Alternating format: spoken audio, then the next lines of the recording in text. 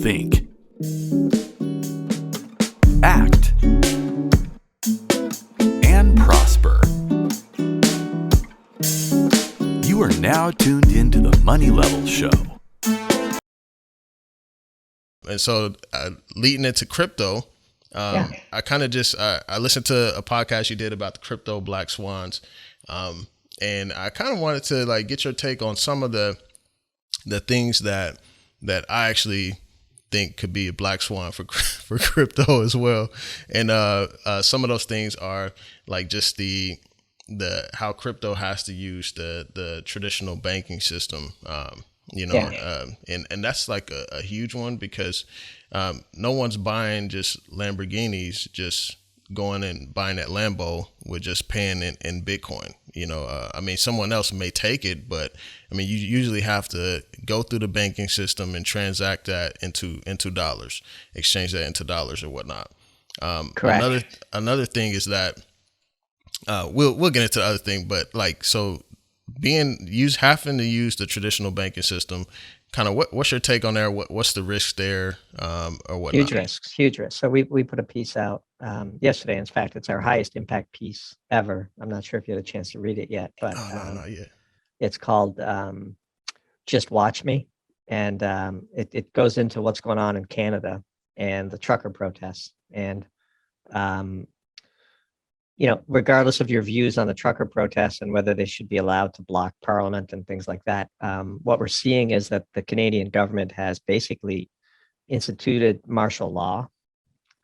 They declared the equivalent of a state of emergency, and the government has the power to freeze all banking accounts, both personal and commercial, for anyone they deem to be involved. They don't define what involved is. And the government deciding to turn off Daryl's bank account is without recourse or judicial review. They've effectively suspended their Bill of Rights. This is in Canada. This is, the friendly Canadian North. And on top of that, for people that are, because we're pretty skeptical about crypto for this exact reason, they've also begun to identify and freeze wallets. And to confiscate the Bitcoin or the crypto in those wallets is the next step. You can guarantee it.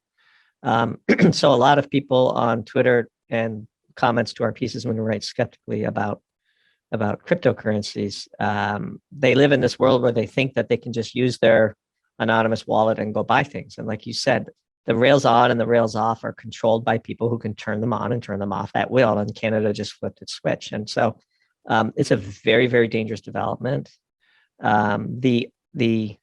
We cannot allow the normalization of unbanking without recourse, because then you're effectively living in a totalitarian state. And we're so much closer to that than people realize, that it makes you shudder. And Canada is a test run for that. And so I would encourage your listeners to go read Just Watch Me, which we published yesterday. And so it'll be a few days after by the time this recording gets out. But it's gone pretty viral for us, and a very high impact piece and a very powerful piece. We talk about how this all flows from the reaction to 9/11, and every day your rights get a little bit less clear, a little bit more trampled on, your privacy is eroded.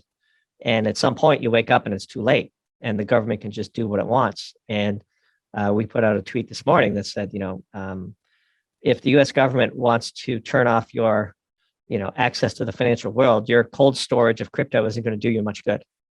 It's not like you can go buy food or gasoline or pay your bills with that today. And they're never going to let you do that, we believe. And so we believe that the proper response to a government encroaching on your rights is not a new currency, it's a new government. Yeah, definitely. And that also, I believe, relates to like the CBDCs, the central bank digital currencies. And that's dystopia, man. Like if that happens, forget about it. Because then they could turn off your life without anybody knowing with the flick of a switch.